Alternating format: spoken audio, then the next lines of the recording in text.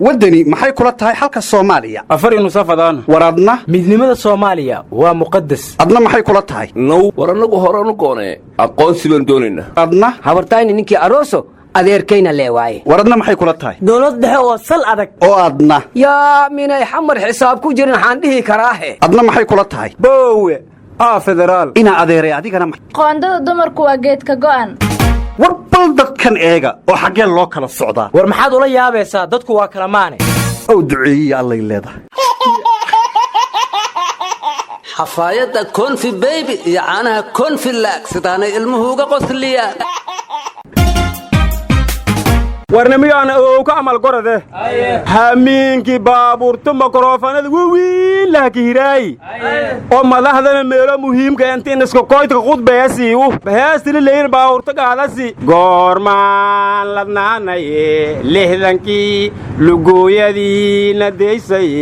26 ka juu saduurad warniyo anigu waxaan garan waayay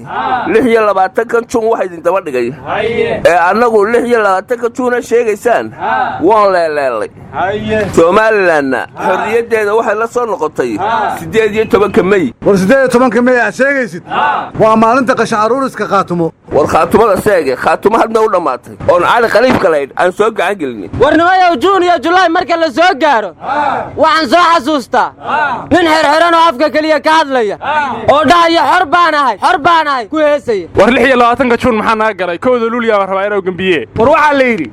June iyo July waqtigu galinba waa jaade maalmo soo jireenaatiin oo jacayl mudane joogistiin caawana qalbigu way jiranaya war sidaadoo kale dadka qalbiga ka jiran saxaafadu waa loo diiday caawa kale inay war ka duubaan manana cadiyadna loo saaraya warnimayo hadda koor waxa la yiri islaam baa tiri lugtaanay ninba markuu qaad marka June iyo July mas'uulba maalin waa ka soo qudbeeyay ninba wuxuu qabtayba war Soomaalida waxa la ogaaday inaan weligeed la gumaysan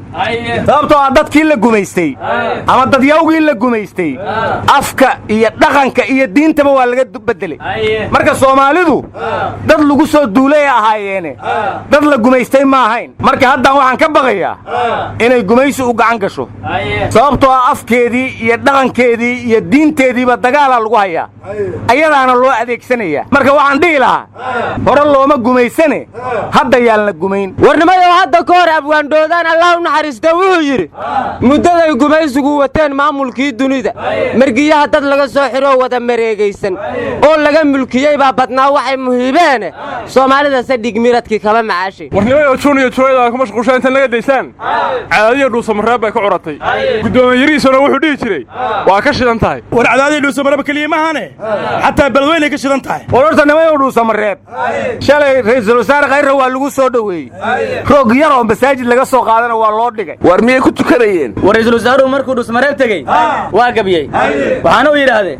waxaan joognaa geeyiga gobonimada dhulkii geesiyaasha waxaan joognaa halkii ay gabdhaha Soomaaliyeed ku heesi jireen aan isguursanay galmudug igey war wasaare khayr culimada gabar uu ka rabaa miya war warkaan naga dhex gelinine ra'iisul wasaaruhu wuxuu yiri galmudug maamul dhicisa oo loo dhamayn uma dhisayno warnimayo horta cadaada la isugu tagay madax tira badan oo xildhibaano iyo madaxweyne xaaf kamid yihiin aan isugu tagay waxayna dhahan doorashadu halkaan bay ka dhacaysaa oday kamid ahaana waa mahma wuxuu yiri hadda koor nin baa wuxuu yiri 100 halaad baan ku siinayaa ay badbaadi markaas buu wuxuu ugu jawaabay adeerow taydii karin kala hayd baan ka maali waayay war galmudug waxa ka socod khayr ku arag farmaajina kugu fiirsi war sidaas ma ahane cadaado dhusmareeb shaakir xaaf waxaaf macal maxamuud waa baasho warnimayo warkiina waxaan ku soo xasuustay hadda koor baa waxa la yiri abeesa waxay cuni jirtay amuurada yar yar ka oo dhan maalintii dambe goodaada afka gashatay hadda goodaada waa ka sun badan tahay oo haday laqadana waa ku dhimanaysaa haday iska tuftana waa ku indhabeelaysaa marka waxaan u malaynayaa macallin maxamuud iyo xirtiisu inaysan xaaf ka dambayn war indhaha nabad inoo la u jeedaaye xaaf wuxuu mari doonaa jidkii shariif war xaafadu jidkii shariif maro Axmed axmed madoobe miyuu ka dambaynaya soo isla mari maayo markaa waxaa layidhi geelow soco markaad ciid daaqdun baa lagu yaabaa marka waxaan ka baqanayaaba inay muuse biixi ay faraha la soo galaan ku gubtaan war horta madaxweyne waare iyo yuusuf dabageed weli degmada beledweyne miyay isku haystaan war waxaad ka hadlaysaan maahane madaxweyne farmaajo waxa uu dhahay dowlad dhexe oo xoog leh baan u baahannahay dowlad isbarbaryaacayso ma baahnin warnimayo waxaan la yaabanahay dowladdii ayadoon xoog lahayn bay shacabkii ka cabanayaan oo ay jidadkii ka xerxeratay hadday sii xoogaysato talow muxuu shacabku samaynaya war xaaf hadduu rabo in dowladda la diriro waara dabageeda u meelala'yahay war beledweyne wiilkii gabadha webiga kala tallaabay ee markii dambe la yidhi webigay ku dhimatay waxaa caddaatay in asagu dilay asagoo qoslay oo sheekaynaya ayuuna sheegay inuu asagu dilay wuxuuna yidhi waa jeclaay agteeda ha laygu duugo waana la toogtay baa la yidhi war gabadha jeceshay lama dile warniyow jacaylkaasi waalli badnaaye war ma haystaane somalilan tv-ga qaranka in laga fiirsado waa laga madnuucay war aljasiire iyo CNN iyo Ethiopian TV-ba waa laga daawadaaye maxaa TV-ga hargeysa ku diidaysaa war adeer qoladan jaarka nahay bakooran ka qaadnaa markaan daawanno war al-shabaab VOA iyo BBC ninkii dhigaystay waxay dhaheen waa murtad war miilooyinka ayagoo xiraya ku qarxay murtadiinay u aqoonsadeen war anigu waxaan ka baqayaa ahlu sunna inay xaaf u aqoonsato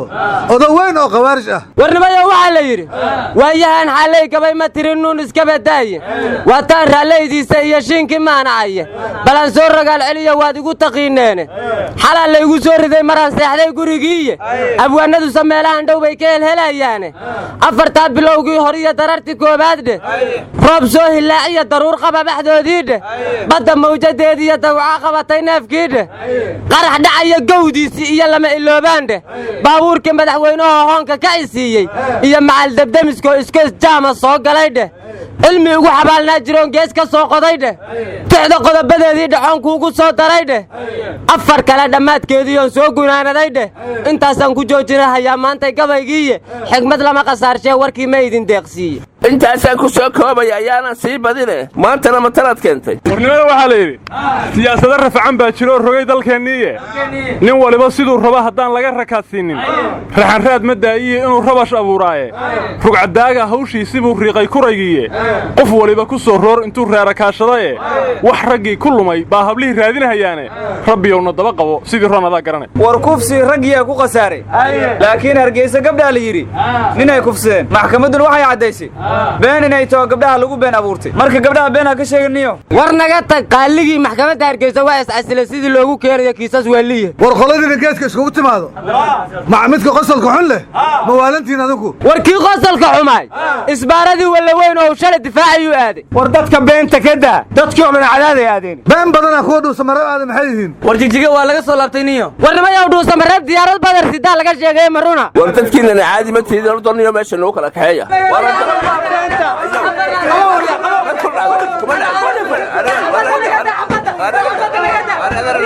war xishooda khayr allah idin siiye war xabadda ha nugu ridin